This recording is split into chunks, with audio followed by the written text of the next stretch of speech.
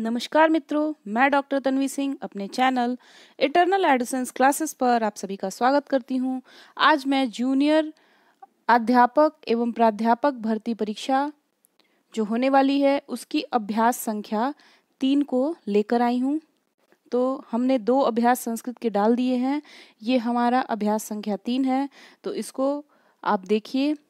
मेरे चैनल पे अगर आप नए आए हैं तो मेरे चैनल को सब्सक्राइब करिए, लाइक करिए, शेयर करिए और ज़्यादा से ज़्यादा संस्कृत मित्रों तक हमारा ये वीडियो पहुंचाइए। तो चलिए, आज ज़्यादा समय न नष्ट करते हुए हम सीधे आज की वीडियो स्टार्ट करते हैं। मैं आपको बता देती हूँ कि जैसा कि आपके पाठ्यक्रम में निर्धारित है कि इसमें जो वैकल्पिक विषय है उसमें से 100 प्रश्न आएंगे एग्जाम में। तो हम संस्कृत भाषा शिक्षक के लिए, जो भी लोग संस्कृत भाषा शिक्षक के लिए भरे हैं, उनको 100 वैकल्पिक विषय के रूप में संस्कृत के 100 प्रश्न जो आपके पाठ्यक्रम में निर्धारित हैं उसके अनुसार ये प्रश्न सेट बनाए गए हैं। तो चलिए इसको सॉल्व करिए। और इसके अलावा जो 50 प्रश्न सामान्य अध्ययन के अनिवार्य हैं, जो सभी विषयों के लिए हैं, उनको भी मैं अपने चैनल पर उनका भी प्रैक्टिस सेट डाला है, उसको भी आप जाकर देख लीजिए। क्योंकि संस्कृत वाले विद्यार्थियों को केवल संस्कृत पढ़ने से नहीं होगा, उन 50 प्रश्नों पर भी पकड़ होना चाहिए। तो मेरे जो भी संस्कृत के विद्यार्थी हैं उनसे अनुरोध है कि आप जाकर वो भी वीडियो देखिए। उसके डिटेल वीडियो भी मैंने अपने चैनल पर डाले हैं। जैसे जैसे सिलेबस में है, जितना राज्य व्यवस्था के सिलेबस में है, जितना अर्थव्यवस्था से है, जितना इतिहास से है, ऐसे ऐसे मैं टॉपिक वाइज अपने चैनल पे वीडियोस डाल रही हूँ डिटेल, और प्रैक्टिस सेट भी डाल रही हूँ। उसको भी जाकर आप ज़रूर देख लीजिए। तो चलिए आज की क्लास को हम स्टार्ट करते हैं। तो पहला प्रश्न जो है, प्रश्न संख्या 51 से 54 तक है। ये पद्यांश है, इसमें से आपको प्रश्न को करना है। ठीक है, तो पद्यांश देख लीजिए।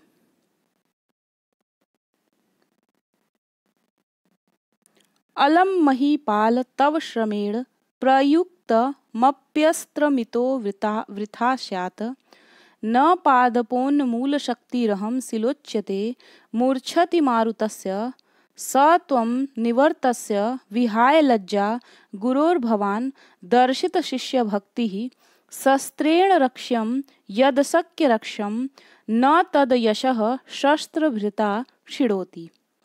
तो इसको आप देखिए, इससे बनने वाले प्रश्न। तो आपको मैंने पहले भी बोला था कि पद्यांश हो या गद्यांश हो, उसको 3-4 बार पढ़िए, क्योंकि अर्थ आपको स्वयं निकालना है। तो हम सीधे प्रश्न को पढ़ेंगे और उसके बाद श्लोक के माध्यम से अर्थ को निकालेंगे। ठीक है, तो चलिए पहला प्रश्न है इसके अनुसार, किसका परिश्रम व्यर्थ है। ठीक है, तो देखिए ये वाली जो लाइन है, अलम महीपाल तव श्रमेण प्रयुक्तमप्यस्तत्रमितो वृथा स्यात्, अर्थात हे महाराज दिलीप, आपके द्वारा इस सिंह के ऊपर परिश्रम पूर्वक चलाया गया अस्त्र व्यर्थ होगा, अर्थात अस्त्र से सिंह के ऊपर कोई प्रभाव नहीं पड़ेगा। तो इसका आंसर क्या होगा? इसका आंसर होगा राजा दिलीप का।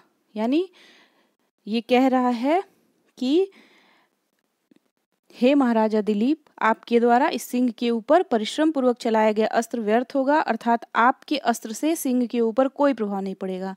तो कौन अस्त्र चढ़ा रहा है? राजा। तो उससे क्या होगा? सिंह के ऊपर कोई असर नहीं पड़ेगा। तो किसका परिश्रम व्यर्थ है? राजा दिलीप का। ठीक है, अगला प्रश्न है, किसके ऊपर चलाया गया अस्त्र व्यर्थ होगा? तो फिर वही है कि उपयुक्त पंक्तियों में दिया गया है कि अलम महीपाल तव श्रमेण प्रयुक्त व्यस्त्रमितो वृथा स्यात्, अर्थात हे महाराज, आपके परिश्रम द्वारा चलाया गया अस्त्र इस सिंह पर व्यर्थ होगा, अर्थात आपके अस्त्र से सिंह पर कोई प्रभाव नहीं होगा। तो किस पर नहीं प्रभाव पड़ेगा? सिंह पर। ठीक है, अगला प्रश्न है, कौन लज्जा त्याग कर लौट जाए? तो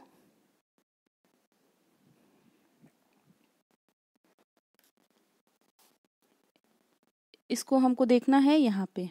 ठीक है, ये वाली लाइन है, स त्वं निवर्तस्य विहाय लज्जा अर्थात इसलिए हे महाराज दिलीप, आप लज्जा त्याग कर लौट जाइए। तात्पर्य यह है कि आप इस संदर्भ में लज्जित न हो। तो कौन लज्जा त्याग कर लौट जाए? राजा दिलीप। ठीक है। फिर है अगला, किसके प्रति शिष्य भक्ति प्रदर्शित करें। तो ये वाली जो लाइन है, गुरोर भवान दर्शित शिष्य भक्ति, अर्थात गुरु के प्रति शिष्य भक्ति प्रदर्शित करें। तो इसका आंसर क्या होगा? गुरु के प्रति। तो मेरे हिसाब से आपको ये सारे प्रश्न समझ में आ गए होंगे।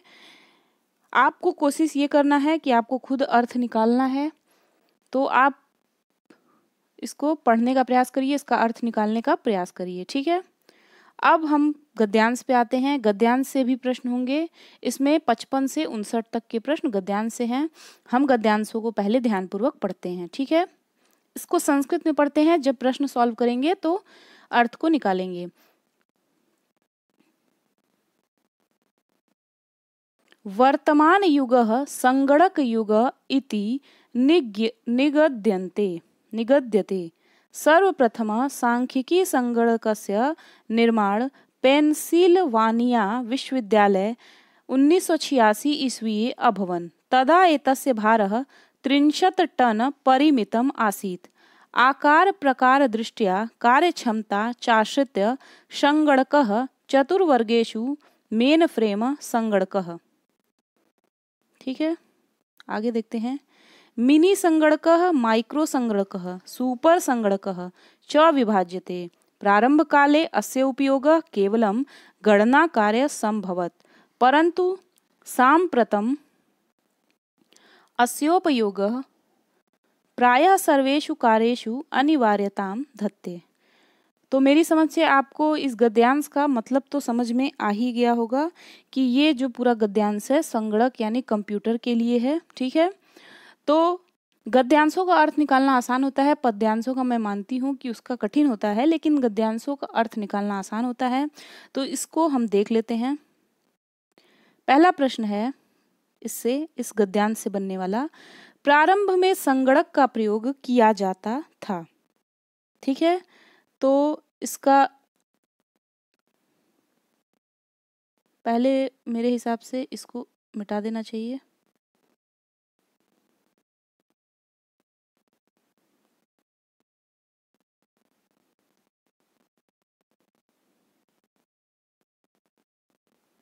फिर प्रश्न है, यहाँ पे है प्रारंभ काले अस्य उपयोगः केवल गणना कार्ये संभवत्। ठीक है। तो प्रारंभ में संगणक का प्रयोग किया जाता था।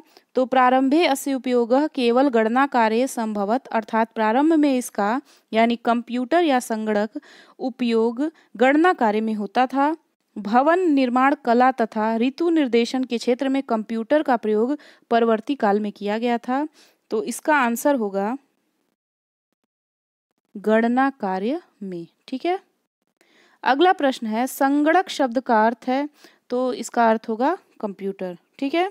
संगणक शब्द का प्रयोग कंप्यूटर के लिए किया जाता है। प्रारंभ में कंप्यूटर का प्रयोग केवल गणना के लिए होता था, इसलिए इसका नाम संगणक पड़ा। आविष्कार शब्द का प्रयोग किसी नई खोज के लिए है, और दूरदर्शन भारत का राष्ट्रीय प्रसारण केंद्र है तथा विज्ञान का अर्थ है विशेष ज्ञान।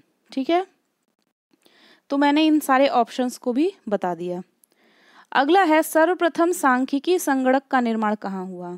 तो ये भी आपके गद्यांश में है। आप गद्यांश को ध्यान से पढ़ेंगे तो वहाँ पे दिया हुआ है पेंसिल्वानिया विश्वविद्यालय, यहाँ पे दिया है। ठीक है। ये वाली जो लाइन है, सर्वप्रथम सांख्यिकी संगणकस्य निर्माण पेंसिल्वानिया विश्वविद्यालय 1986 ईस्वी अभवन्। ठीक है। तो ये आप बड़े आसानी से खोज सकते हैं, कोई बहुत कठिन नहीं है, बस इसकी प्रैक्टिस किए रहेंगे तो कठिन नहीं लगेगा। फिर है, सर्वप्रथम निर्मित सांख्यिकी संगणक का भार था। तो ये भी इसमें आया था। इसका भार 63 टन। ठीक है, ये रहा। ठीक है। तो इसका आंसर होगा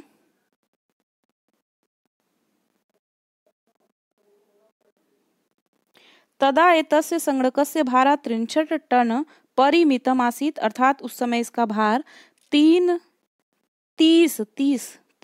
टन मापा गया था। ठीक है, थोड़ा बोलने में गलती हो जा रहा है तो उसको आप ध्यान दीजिएगा। अगला है, आकार, प्रकार एवं कार्यक्षमता के आधार पर संगणक कितने भागों में विभक्त है। तो हमने अभी ऊपर ही पढ़ा था कि आकार प्रकार दृष्ट्या कार्यक्षमता चाश्रित संगणकः चतुर्वर्गेषु मेनफ्रेम संगणकः, मिनी संगणकः, माइक्रो संगणकः और सुपर संगणकः च विभाज्यते, यानी इसका आंसर हो जाएगा 4। ठीक है, इसका अर्थ मैं बता देती हूँ कि आकार, प्रकार और कार्यक्षमता के आधार पर कंप्यूटर को 4 भागों में बांटा गया, मेन फ्रेम, मिनी संगणक, माइक्रो संगणक और सुपर संगणक। ठीक है, तो ये थे आपके जो गद्यांश से प्रश्न बन रहे थे, उनको हमने देख लिया। अब हम और प्रश्नों को देखते हैं जैसे आपके कोर्स में है। निम्नलिखित शब्दों में से कौन सा शब्द उपसर्ग युक्त नहीं है। तो इसका आंसर है विटप। ठीक है, देखिए बिहार, विदेश और वियोग, इसमें वि उपसर्ग के साथ हार, देश और योग मूल शब्द है, जबकि जो विटप शब्द है, विटप, इसका अर्थ है वृक्ष तथा इसे मूल शब्द ही इसका विटप है। ठीक है, तो इसका आंसर क्या होगा, विटप। उपसर्ग धातु के साथ आता है, उपसर्ग धातु के साथ आता है कब, पहले आता है। ठीक है, मैं इन सारे टॉपिक्स का एक एक डिटेल वीडियो भी बनाऊंगी जूनियर एडेड विद्यार्थियों के लिए। तो अभी आप पेपर को सॉल्व करते चलिए। कौन सा वाक्य शुद्ध है। तो इसमें कौन सा वाक्य शुद्ध है, मम न रोचते मोदकम ये गलत है, माम न रोचते मोदकम ये भी गलत है, मत न रोचते मोदकम ये भी गलत है, मह्यम न रोचते मोदकम ये सही है। अगला है, संस्कृत व्याकरण के अनुसार कौन सा रूप शुद्ध है। तो इसको ध्यान से देखिए, इसमें शुद्ध रूप है उपर्युक्त। ठीक है, अगला है, शुद्ध वाक्य का चयन करिए। आप भी देखिए, अपने मन में ये सोचिए कि कौन सा सही होगा। तो इसमें से शुद्ध है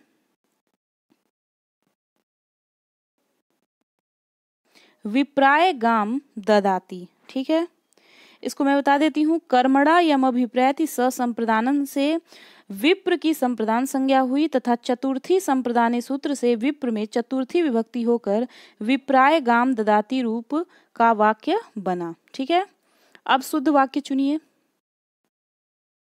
इसमें देखिए शुद्ध वाक्य क्या है, इसमें शुद्ध वाक्य है ताह विद्यालयम गच्छति। ठीक है, ताह विद्यालयम गच्छति, ये शुद्ध वाक्य है। लेकिन स किम पठतः नहीं होगा, ये होगा सह किम पठति होगा। तौ किम कुर्वन्ति के जगह होगा तौ किम कुरुतः होगा। बालिका कुत्र गच्छसि नहीं होगा, बालिका कुत्र गच्छति होगा। अगला है, माता गुरुतरा भूमि का हिंदी अनुवाद क्या होगा। तो इसका हिंदी अनुवाद होगा माता भूमि से बड़ी होती है। अगला प्रश्न है, द्व्यधिक पंचशतम किस संख्या का वाचक है। तो ये है 502 का। ठीक है, फिर है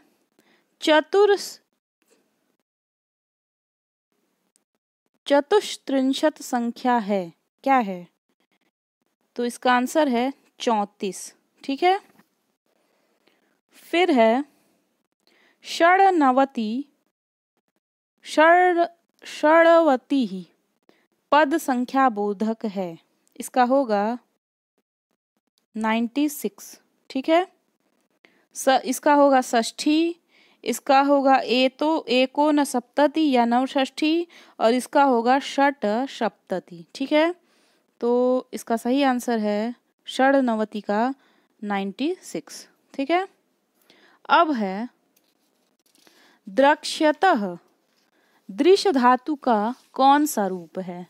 तो द्रक्ष्यतः जो है दृश्य धातु के लिट लकार प्रथम पुरुष द्विवचन का रूप है। ठीक है, तो इसको देखिए, ये है आपका ऑप्शन प्रथम पुरुष द्विवचन। ठीक है, तो ये आपका लिट लकार प्रथम पुरुष द्विवचन का रूप है। इसका रूप चलता है द्रक्ष्यति, द्रक्ष्यतः, द्रक्ष्यन्ति, द्रक्ष्यसि, द्रक्ष्यथः, द्रक्ष्यथ, द्रक्ष्यामि, द्रक्ष्यावः, द्रक्ष्यामः। फिर है ज्ञा धातु लिट लकार उत्तम पुरुष एक वचन का रूप है। इसका रूप है यज्ञ। ठीक है, ये सारे रूप आप देख लीजिएगा जाके। हन धातु लट लकार प्रथम पुरुष बहुवचन का रूप है। क्या है? ध्यनंती। ठीक है, ये बहुत इंपॉर्टेंट है, ये बहुत बार एग्जाम में पूछता है, इसको याद कर लीजिए। जानीहि ज्ञा धातु का रूप होता है लोट लकार मध्यम पुरुष एक वचन में। ठीक है, ज्ञा धातु का अर्थ जानने से होता है जानीहि। यहाँ लोट लकार मध्यम पुरुष एक वचन का रूप है। इसका रूप चलता है जानातु, जानीताम, जानन्तु, जानीहि, जानीतम, जानीत, जानानी, जानाव, जानाम। ठीक है, तो आप इसको जाकर देख लीजिएगा। इस सब में हम बहुत समय नहीं व्यर्थ करते हैं, क्योंकि ये तो याद करने से ही होगा। इसका आंसर बताने से आपको बस अभ्यास हो सकता है। विभ्यति शब्द में मूल धातु एवं लकार है, तो इसका आंसर है, इसमें मूल धातु है भी धातु, लट लकार है। पा धातु का लोट लकार मध्यम पुरुष द्विवचन में रूप होगा। क्या होगा? पीबतम। ठीक है, फिर मालायाम में विभक्ति है। मालायाम में कौन सी विभक्ति है? मालायाम में सप्तमी विभक्ति है। मया पद किस शब्द का तृतीया एक वचन का रूप है? तो ये है आपका अस्मद का। ठीक है, मया अस्मद का तृतीया एक वचन का रूप है। सुधी शब्द के षष्ठी बहुवचन का रूप है। सुधी शब्द के षष्ठी बहुवचन का रूप है सुधी नाम। ठीक है, फिर है रमायाह में विभक्ति वचन है।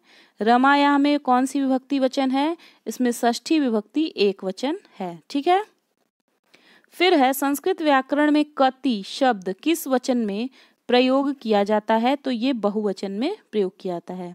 नदी शब्द के सप्तमी विभक्ति एक वचन में रूप बनेगा। कौन सा रूप बनेगा? नद्याम बनेगा। फिर धा धातु से कत्वा प्रत्यय होकर, धा धातु से कत्वा प्रत्यय का योग होकर शब्द बनता है। कौन सा शब्द बनेगा? हित्वा बनेगा। ठीक है, इसके बारे में बता देती हूँ, थोड़ा सा आप लोग कंफ्यूज हो गए होंगे। धा धातु से कत्वा प्रत्यय का प्रयोग होने पर हित्वा शब्द बनता है, क्योंकि धा धातु को ही आदेश होकर तथा कत्वा प्रत्यय होकर हित्वा शब्द बना। कत्री शब्द में कौन सा प्रत्यय है? तो कत्री शब्द में है आपका त्रिच प्रत्यय है। ठीक है, फिर है प्रणम्य में प्रत्यय है। प्रणम्य में प्रत्यय है ल्यप प्रत्यय। विहाय पद में उपसर्ग प्रकृति एवं प्रत्यय है, तो इसमें वी धन हा धन ल्यप। आकर्ण्यन शब्द में कौन सा प्रत्यय प्रयुक्त है? तो इसमें बताइए कौन सा प्रत्यय प्रयुक्त है? इसमें क्षत्रि प्रत्यय प्रयुक्त है। ठीक है,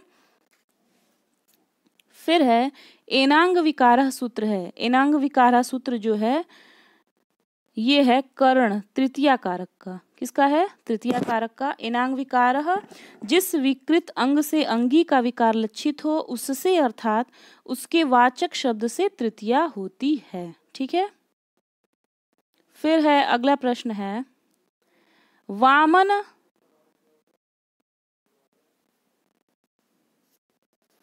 अगला प्रश्न है वामनः बलि वसुधाम याचते। वाक्य में रेखांकित शब्द में किस सूत्र से कर्म कारक द्वितीया विभक्ति हुई है? तो अकथितम च से। फिर सह इत्यव्ययम कया विभक्त्या उपयुज्यते, तो इसका आंसर होगा तृतीया। अधिसिंह स्थासा कर्म सूत्र संबंधित है। ये सूत्र संबंधित है द्वितीया विभक्ति से। फिर है चौराद विभेति। वाक्य में चौराद पद पंचमी विभक्ति का विधायक सूत्र है भित्रार्थानाम भय हेतु। ठीक है, फिर है रुच्यर्थानाम प्रियमाणः सूत्र से रुच धातु के योग में जो विभक्ति प्रयुक्त होती है वह है, तो वह है चतुर्थी। फिर है स्वधा के योग में किस विभक्ति का प्रयोग किया जाता है? चतुर्थी। प्रतिदिनम पद में कौन सा समास है? प्रतिदिनम पद में अव्ययी भाव समास है। फिर है चौर भयम में समास है। चौर भयम में समास है तत्पुरुष समास। फिर है उपगंगम में समास है। उपगंगम में अव्ययी भाव समास है। आप मेरा जो पिछला टीजीटी पीजीटी का वीडियो है उसमें मैंने जो समास का व्याख्या सहित प्रश्नों को हल कराया है, अगर उस वीडियो को आप जाकर देख लेंगे तो एक तो वो पूछे गए प्रश्न हैं, ऊपर से उसमें जितने भी उदाहरण आज तक पूछे गए हैं उन सभी का व्याख्या सहित हल है। अगर आप उसको देख लेते हैं तो आपके समास से एक भी प्रश्न गलत नहीं होंगे। तो आप मेरे चैनल में जाकर उस वीडियो को खोजकर जरूर देखिए। अगला प्रश्न है भूत बलि पद में कौन सा समास है? तो भूत बलि पद में समास है तत्पुरुष। फिर है निर्मक्षिकम समस्त पद का समास विग्रह होगा। तो इसका समास विग्रह होगा मक्षिकाणाम अभाव। ठीक है। फिर है किस समास में उभय पद प्रधान होते हैं? तो किस समास में उभय पद प्रधान होता है? द्वंद्व समास में। फिर अगला प्रश्न है पितरौ पद में कौन सा समास है? तो पितरौ पद में द्वंद्व समास है।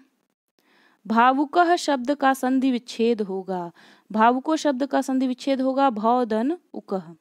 हरिम वंदे पद में संधि होती है। हरिम वंदे पद में मुंह अनुस्वारा सूत्र से संधि होती है। अच संधि किसे कहते हैं? तो अच संधि जो है वो स्वर संधि को कहते हैं। पावकः शब्द का संधि विच्छेद होता है। पावकः शब्द का संधि विच्छेद होता है पौधन अकः। क्या होता है? पौधन अकः। फिर है जगदीशः में किस सूत्र से संधि हुई? तो जगदीशः में झलाम जशो अंते सूत्र से संधि हुई है। ब्रह्मर्षि शब्द में प्रयुक्त संधि है। ब्रह्मर्षि पद में प्रयुक्त संधि है गुण संधि। ब्रह्माधन ऋषि बराबर ब्रह्मर्षि। यहाँ पर ब्रह्मा के मकारोत्तरवर्ती अ के पश्चात री अच है, अतः आद गुण सूत्र से गुण की प्राप्ति होकर उरण रप्रह की सहायता से उस गुण के रपर होने पर अ बनता है। अब ब्रह्मा अर शी में र का जल तुम्बिका न्याय से ऊर्ध्वगमन होकर ब्रह्मर्षि रूप सिद्ध हुआ। ठीक है। फिर है रामस चिनोती पद का संधि विच्छेद होता है। रामस चिनोती शब्द का होगा रामस धन चिनोती। फिर है उष्म वर्ण नहीं है, तो इसमें से उष्म वर्ण जो होगा यह नहीं होगा। य र ल व जो है वो अंतहस्त कहे जाते हैं और उष्म वर्ण है शख सह। फिर है स्पर्श व्यंजक नहीं है, तो यह जो है वो स्पर्श व्यंजक नहीं है। ओकार ओ इस वर्ण का उच्चारण स्थान बताइए। ठीक है। तो इसका उच्चारण स्थान है कंठोष्ठ। फिर है त वर्ग का उच्चारण स्थान है। त वर्ग का उच्चारण स्थान है लितुलशानाम दंता। काल्यादासः इति कालिदासः। इस व्युत्पत्ति में कालिदास के नाम में काली शब्द के अंतिम दीर्घ इकार को ह्रस्व इकार निम्न में से किस सूत्र से हुआ है? तो ये हुआ है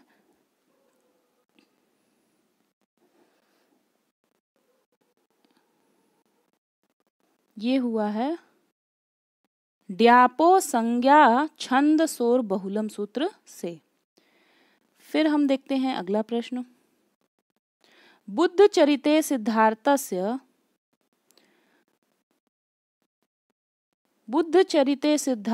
हृदि संवेगोत्पत्तौ प्रथमम कारणम किम वर्णितम। ये थोड़ा सा ब्लर हो गया है लेकिन मैं इसको पढ़ देती हूँ। ठीक है। इसका आंसर होगा वृद्धस्य दर्शनम। इसमें ये बुद्ध चरिते सिद्धार्थस्य हृदि संवोगोत्पत्तौ प्रथम कारणम वृद्ध दर्शनम वृद्धस्य दर्शनम अस्ति। अर्थात बुद्ध चरितम महाकाव्य में सिद्धार्थ के हृदय में सबसे पहले संवेग की उत्पत्ति का कारण वृद्ध पुरुष का दर्शन है। यह महाकाव्य अश्वघोष विरचित है। 10 कुमार चरिते सूरत मंजर्याः उपाख्यानम अस्ति। तो इसका आंसर है राजवाहन चरिते। फिर अगला प्रश्न है काव्य मीमांसायाः प्रथमे अध्याये रीति निर्णय विषये अस्य नाम अस्ति। तो इसका आंसर है सुवर्णनाभः। 10 रूपक मते मुख संधे अंगानि भवन्ति, तो मुख संधि का अंगानि है 12 अंग है। धनंजय मते भूयसे फल लाभाय औत्सुक्य मात्रम भवति, तो इसका आंसर है आरंभः। कालक्रम अनुसार तालिका चुनोत, ठीक है। तो हमको काल के अनुसार क्रम लगाना है, तो सबसे पहले होंगे आपके भरत, मैं इसको बता देती हूँ। सबसे पहले है भरत, फिर है मम्मट, फिर है विश्वनाथ और फिर है जगन्नाथ, ठीक है। तो इसका आंसर होगा बी डी, ये वाला होगा BDCA, ठीक है। फिर है अधन स्तन युग्मा नाम समीचीन मेलन तालिका चिनुत, तो इसको मैं बता देती हूँ। इसका है चीयते बलि सस्यापि सत क्षेत्र प्रतिता कृषि, चीयते बलि सस्यापि सत क्षेत्र प्रतिता कृषि, ये है मुद्रा राक्षस का। फिर है आसीत स दोला चलचित्र वृत्ति, ये है रघुवंशम का। फिर है हृदये गृहते नारी यदीदम नास्ति गम्यताम, ये है मृच्छकटिकम का। और अगला है हुतम च दत्तम च तथैव तिष्ठति, ये है कर्ण भारम का, ठीक है। तो इसका ऑप्शन होगा डी वाला। फिर है 10 कुमार चरिते अष्टमे उच्छ्वासे विदर्भ देशस्य भोजवंश भूषणस्य कस्य राज्ञः वर्णनमस्ति, तो इसमें है पुण्यवर्मण का। फिर है निम्नलिखितेषु कस्यैको अभिलेखो यूनानी लिप्या वर्तते, तो इसका आंसर होगा अशोकस्य। फिर है कथम ज्ञायते महाभाष्य दृष्टया सिद्ध शब्दो अर्थ संबंधश्चेति, तो इसका आंसर है लोकतः, ठीक है। फिर है पदे न वर्णा विद्यन्ते वर्णेषु वयवा न च वाक्यात् पदानां मत्यन्तं प्रविवेको न काश्चन अनया कारिकया भर्तृहरि किम बोधितवान, तो इसका आंसर होगा सी वाक्यस्य सत्यत्वम, ठीक है। ये जो कारिका है इसमें भर्तृहरि महोदय ने वाक्य की सत्यता को बताया है, ठीक है। फिर है आश्रम व्यवस्थायाम कह आश्रमः श्रेष्ठो अस्ति, तो इसमें जो श्रेष्ठ आश्रम है वो गृहस्थाश्रम है, ठीक है।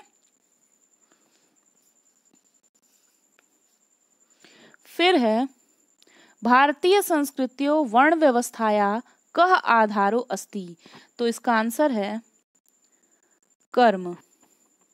फिर है सुबंधु अग्रणी कवि रस्ति, तो इसका आंसर है श्लेष रचना याम।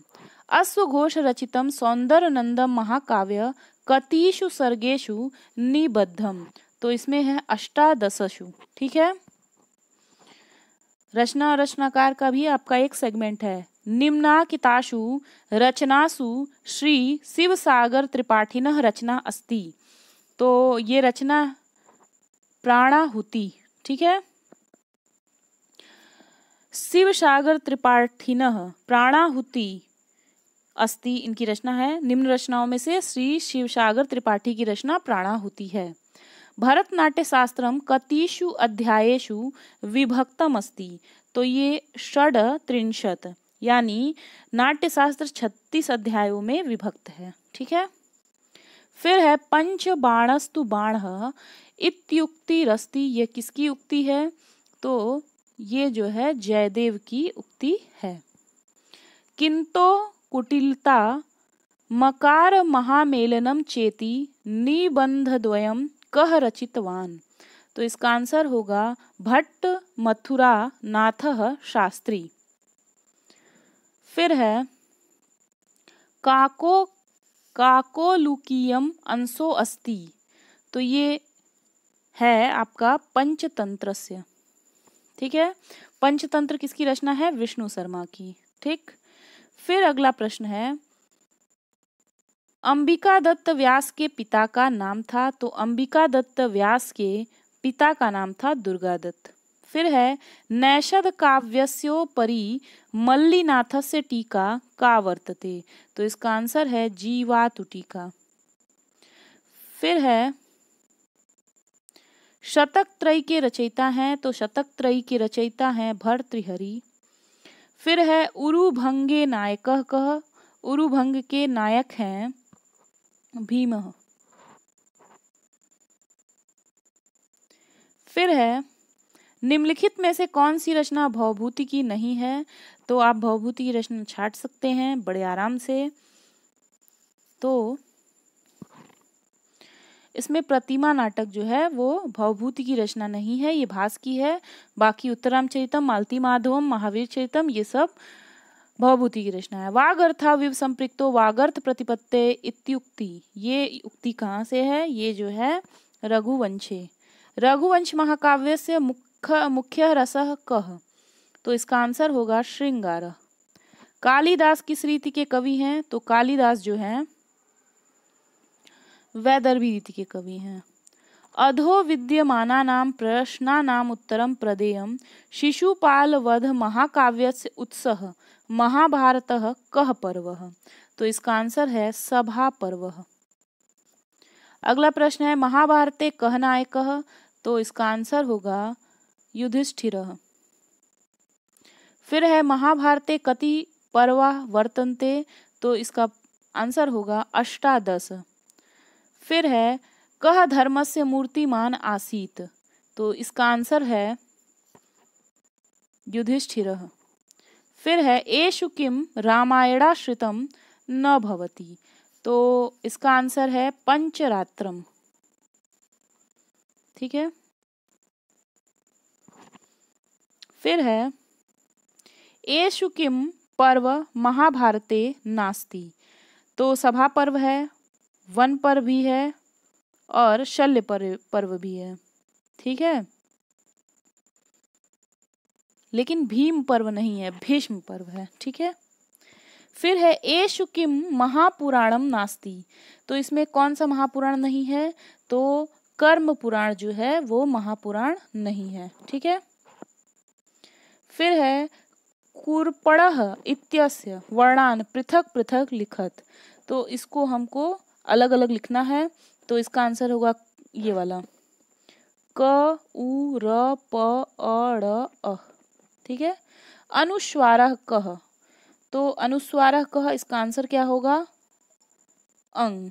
अनुस्वारः कः इसका आंसर क्या होगा अंग। फिर है अवंग आदेश कस्य स्थाने भवति, तो इसका आंसर है अंत्य। ठीक है।